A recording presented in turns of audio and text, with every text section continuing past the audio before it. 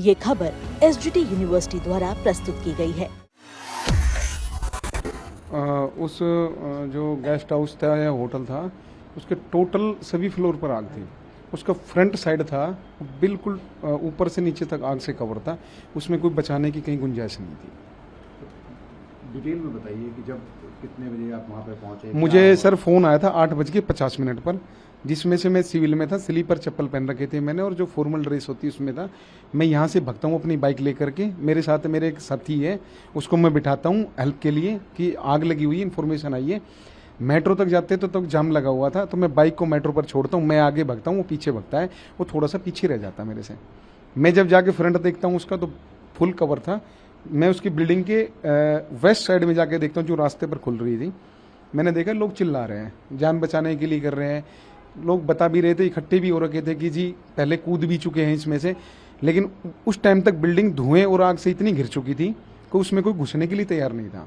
फिर वहाँ एक अपने जो लकड़ी की वुड्स वाली सीढ़ियाँ होती है, वो सीढ़ी थी, तो मैंने कहा कि वो सीढ़ी ही सेकंड फ्लोर तक जा पा रही थी ओनली। तो नीचे का सिक्योर किया पहले कि नीचे वाले फ्लोर में कोई है तो नहीं है, तो उस ऐसा कुछ अंदर से सिग्नल नहीं आया। तो किसी पब्लिक वाले ने एक पत्थर मार करके सेकंड फ्लोर का एक शीशा तोड़ रखा था, जिसमें से 2 महिलाएं अंदर से चिल्ला रही थी बचाओ बचाओ।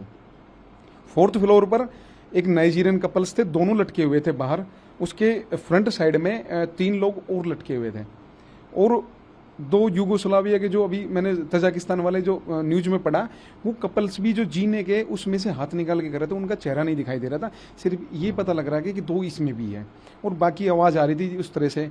तो मैं सीढ़ी देखता हूँ सर, मैं सीढ़ी पे चढ़ता हूँ, वो गाड़ी के शीशे की तरह कांच थे कि जिसको आप तोड़ नहीं, मतलब पर्टिकुलर जिस जगह टिच करोगे तो वही टूटेगा।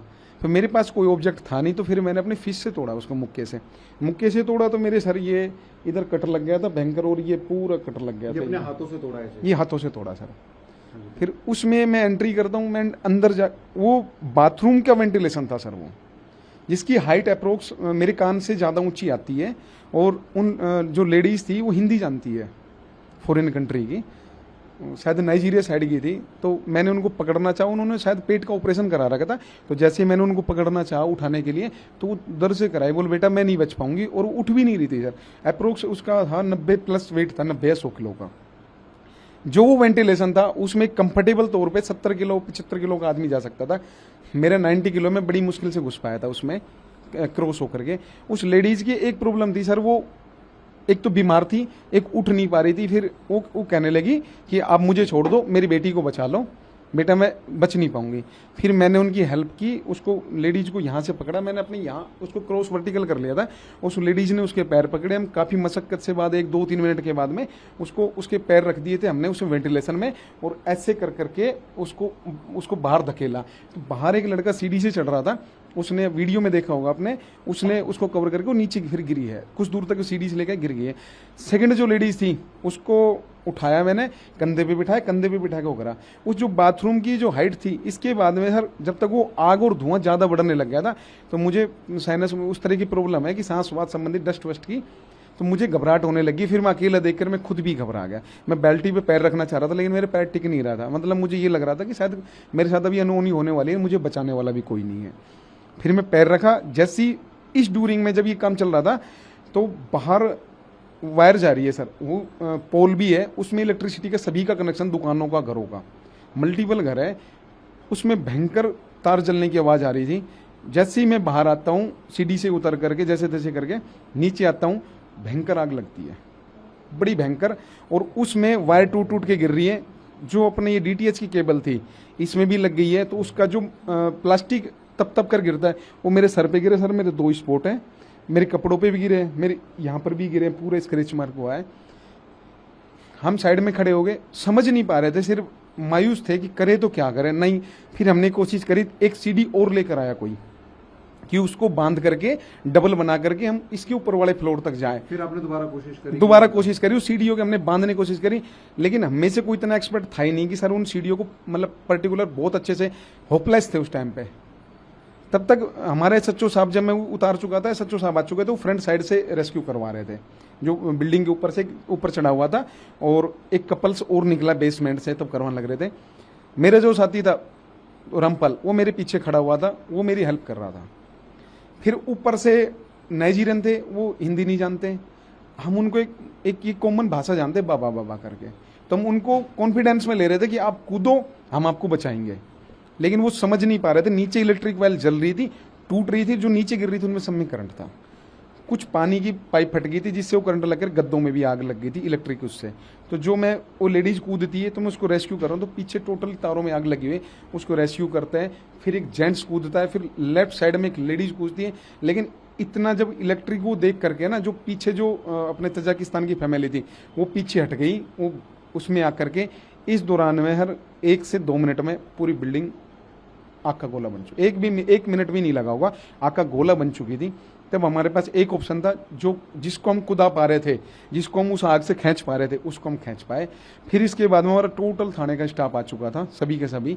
जब जिस दौरान हम खींच रहे थे, कुछ ट्रैफिक मैनेज कर रहा था, कुछ आगे से रेस्क्यू करा कर था, एनडीआरएफ आ गई, उन्होंने किया, हमारा टोटल स्टाफ आ गया। फिर जब एनडीआरएफ के इसके फायर ब्रिगेड की टीम आ चुकी थी, सारे स्टाफ अंदर घुसा, सभी ने निकाल करके जिनको भी लाया, काफ़ी रेस्क्यू करे, उसमें भी काफ़ी हम जिंदा बचा पाए।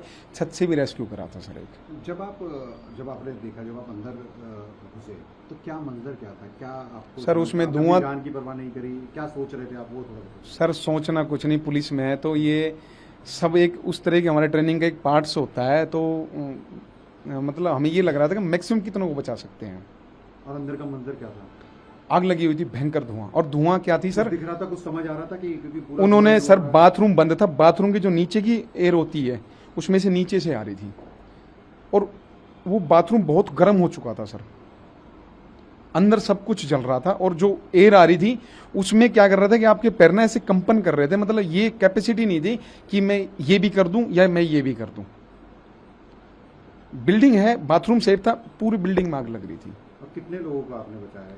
सर मैंने 5 बचाए हैं, 5, और फिर बाद में रेस्क्यू इनके साथ में, मतलब फिर वो हमारे कॉम्बो हो गया। 5 तो मैंने पर्सनल पर। उसके बाद भी बातचीत 5 से मिले बचे थे, तो मतलब सर काफ़ी लोग इंजर्ड हुए हैं जी उसमें जी। फिर हमारे सभी साथी आ गए, उनको जो भी घायल थे सभी को लेकर के, उनको जो भी CPR दे पा रहे थे या ऊपर भी ऐसा कुछ बचा पा रहे थे, हमने जितना वो कर सकते थे कि ऊपर भी जाकर के किसी के नाक में डस्ट है, जैसे भी वो काला काला जमा हुआ था प्लास्टिक का, वो सभी से। इतनी हमारी कंडीशन थी नहीं सर, वो धुआं इस तरह का था कि आप खुद सांस नहीं ले पाओगे, चल ही नहीं पाओगे। जब खुद सांस नहीं आ रही है सर डर लग रहा था मुझे, खुद का लग रहा था कि शायद मैं बच नहीं पाऊंगा। जब मैं बाथरूम था और मेरे पैर के नीचे वो बाल्टी नहीं आ रही थी, तब मुझे लग रहा था कि शायद मैं बच नहीं पाऊंगा। लेकिन उसके बावजूद भी आपने लोगों को बचाया। फिर भी 3 बचाए सर।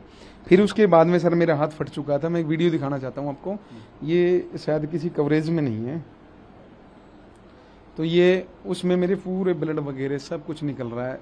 तो ये था कि मेरे को सलाह भी दी कि आप बैंडेड लगाओ, ये करो, तो लग रहा था कि ये तो शायद ज़्यादा हो जाए, 100 ml खून जा सकता है, इससे ज़्यादा नहीं, फिर भी हम बचा सकते हैं। धुएं से तो काफी दिक्कत भी होती है ना? तो होती है सर, मुझे ज़्यादा प्रॉब्लम।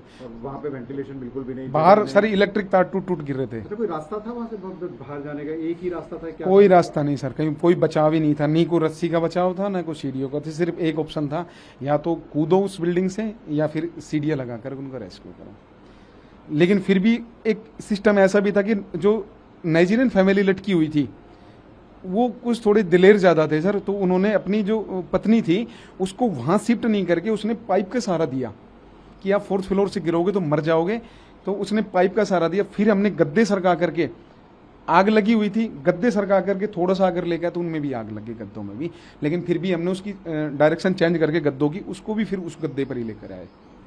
तो वो जो 5 का पता किया सर, वो 5 सेफ है। 5 सेफ है। तो संतुष्टि हो रही है कि नहीं सर, संतुष्टि नहीं। मैं तजाकिस्तान की फैमिली को बचा सकता था अगर इलेक्ट्रिक आग नहीं लगती। बचा मैं कौन होता, ऊपर वाला होता, लेकिन सर हम एफर्ट कर सकते हैं। हाँ, जब मैंने उसकी डेड बॉडी देखी सर, हिल गया।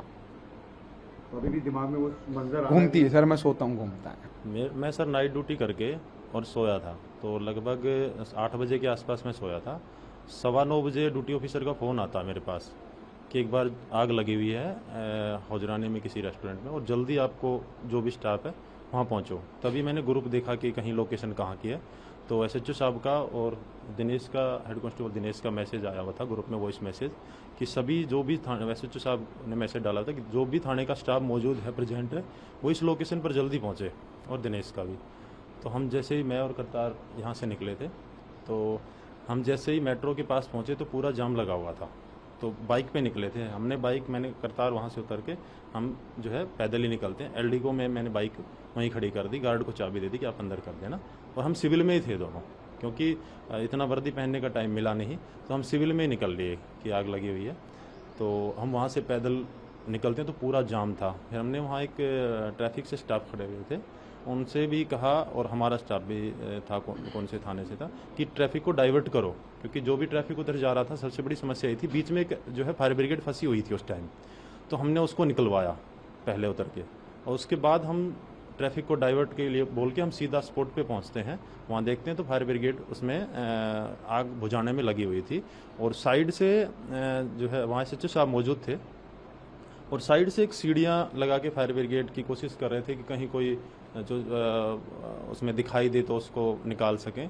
लेकिन आग इतनी ज़्यादा फैल चुकी थी तब तक कि साइड से भी इलेक्ट्रिसिटी जो शॉर्ट सर्किट हो रहा था, तो सबको डर लग रहा था, और ऊपर से आग की जो लपटें थी वो गिर रही थी, तो उनमें ना कोई दिखाई दे रहा था उस टाइम में, धुआं इतना ज़्यादा था।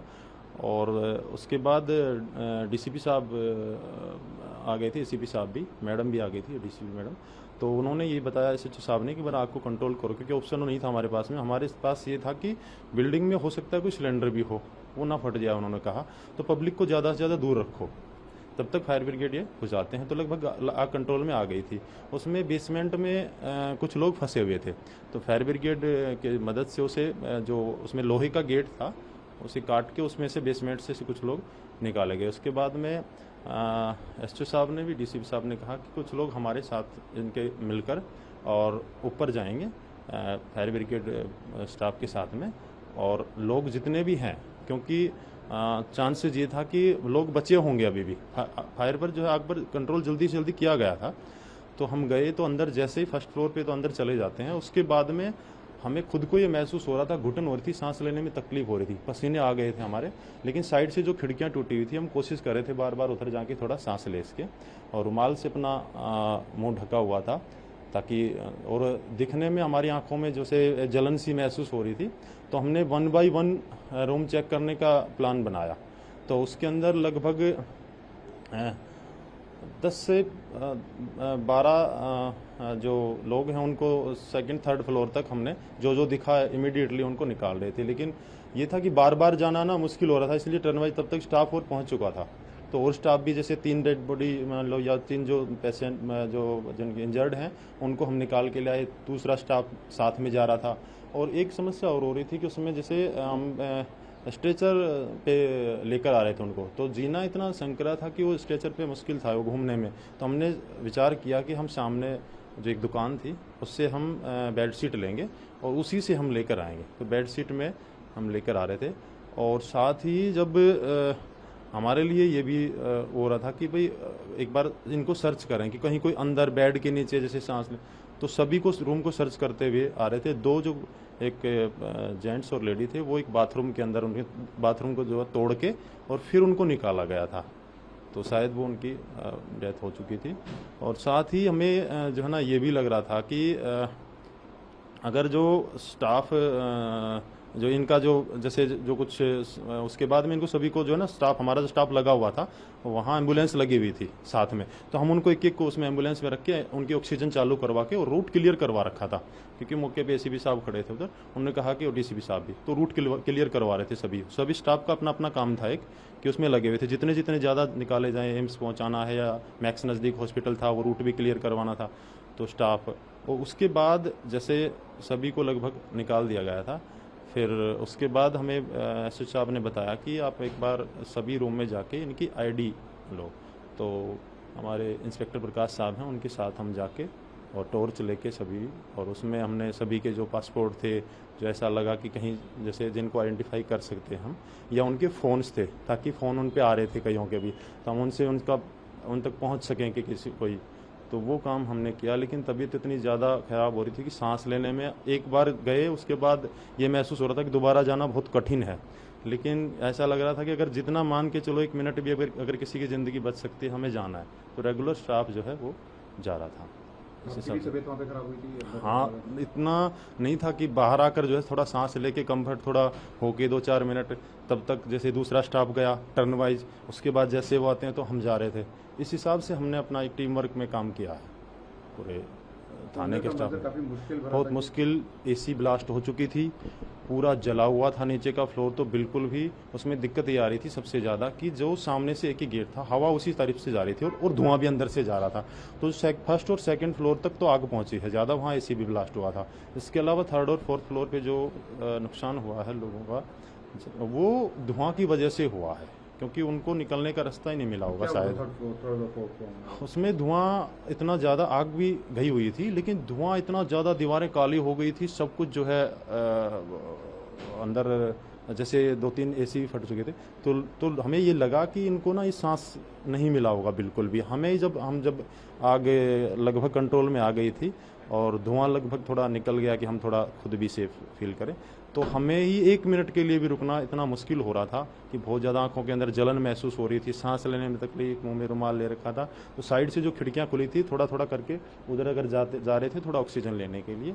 लेकिन ये दिमाग में ये चल रहा था कि अगर हम कोशिश करेंगे तो शायद जान बचा ही जा सकती है। कुछ लोग जो अभी जिंदा, जो और उनमें से बचाए, उनमें बच्चे भी हैं लोग जो ना उस टाइम सांस ले रहे थे और जिन्होंने, हमें लगा कि वो अनकॉन्शियस ही है, हाँ अनकॉन्शियस ही हैं।